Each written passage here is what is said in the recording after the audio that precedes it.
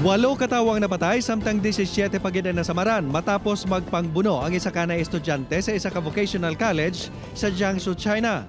Ang suspect nga nagapangidaron sang 21 anyos ang gilayon nga nadakpan kag nag-ako man suno sa kapulisan. Naakig kuno ini matapos wala makabaton sang graduation certificate kag wala makapasar sa exam. Pila naman katawo ang naghalad sang bulag sa mga biktima sa natabuan sang insidente. Ginatos katawa ang nagtipon malapit sa Russian Embassy sa Rome, Italy. Pila ka adlaw antes ang ika-1,000 ka adlaw sang giyera sa tunga sang Russia kag Ukraine. Ang pumuluyo ang nagprotesta sa kinagamo nga nagtugas ang kamatayon sa mga soldado kag naghalit sa populasyon. Ginpanginiwala sang Ukraine kag Russia nga nagtarget ang mga ini sa mga sibilyan sa ilang mga pagpangatake. Apang linibo na katawo ang napatay humalin sang ginsalakay sang Russia ang Ukraine sang February 2022. Kalabanan sa mga ini ang Ukrainian.